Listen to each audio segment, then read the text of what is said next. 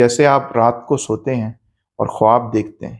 اور خواب میں جو بھی دیکھیں آپ، جب آپ اٹھتے ہیں تو آپ بولتے ہیں کہ جی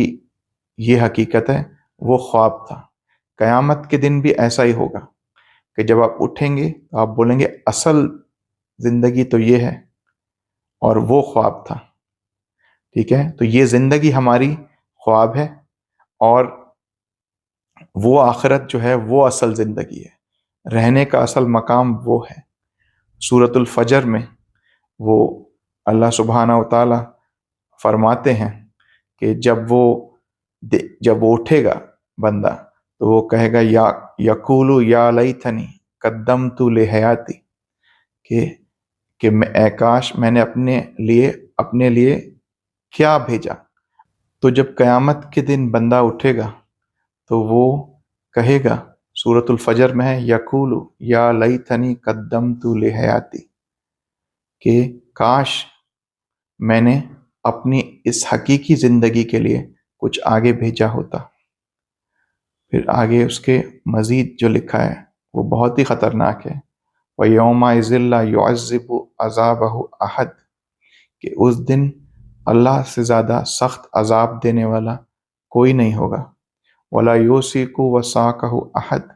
اور اس سے سخت جکڑنے والا بھی کوئی نہیں ہوگا۔ تو ہمیں یہ دیکھنا ہے کہ کیا ہم اس چیز کے متحمل ہو سکتے ہیں، کیا ہم یہ سب کچھ برداشت کر سکتے ہیں کہ ایک 100 سال کی زندگی کی عیاشیوں کے چکر میں، جس میں سے 60 سال کے بعد ہمارے آدھا جسم کام نہیں کرتا، آدھے باڈی پارٹ جواب دے دیتے ہیں، ٹھیک ہے، 60 سال کی زندگی ہماری کمانے کی، بنانے کی، جو بھی ہے، اس میں سے 30 سال ہم پڑھائی میں لگا دیتے ہیں، اس دنیاوی پڑھائی میں، جس کا سوائے پیسے کمانے کے کوئی فائدہ نہیں ہے۔ تو ہمیں سوچنا پڑے گا اپنی ہمیش کی زندگی کے بارے میں، اور ہمیں اس دنیا کو اتنی ہی اہمیت دینی پڑے گی جتنا ہمیں اس دنیا میں رہنا ہے،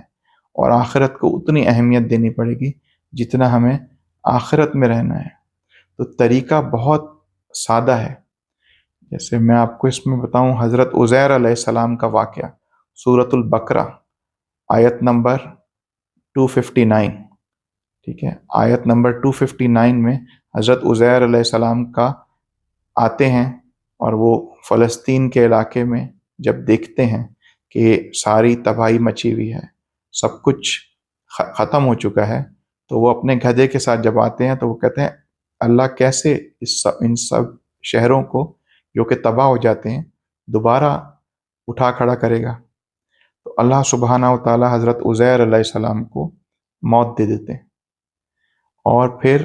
ان کو دوبارہ جی اٹھاتے ہیں۔ تو پھر پوچھتے ہیں ان سے کہ آپ بتائیں آپ کتنے عرصے مرے پڑے رہے؟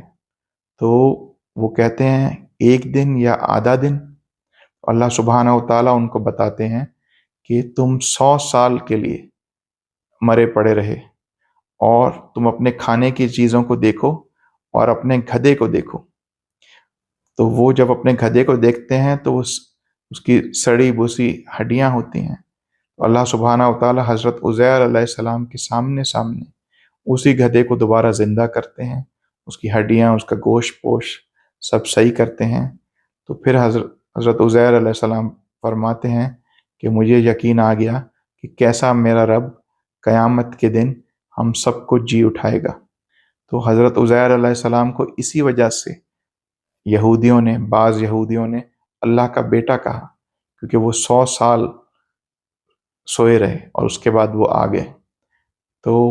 دوسری چیز سورۃ الکہف میں، یعنی چیپٹر نمبر 18 سورۃ الکہف آیت نمبر 19، اس کے اندر جو اصحاب کہف کا واقعہ ہے، وہ بھی کچھ نوجوان تھے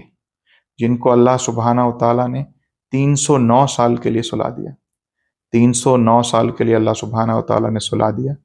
اور پھر جب وہ اٹھے تو ایک گروہ نے دوسرے گروہ سے پوچھا کہ تم ادھر کتنے عرصے سوئے پڑے رہے؟ تو انہوں نے کہا 1 دن یا آدھا دن۔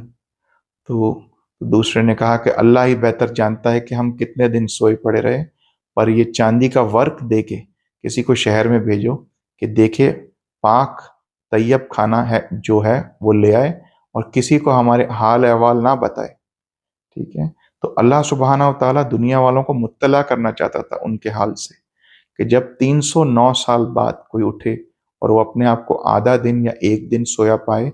اسی طرح روز قیامت ہم سب اٹھیں گے اور پھر ہمیں بھی ایسا ہی لگے گا کہ ہم اس دنیا میں آدھا دن یا ایک دن رہے۔ اللهم صل على سيدنا محمد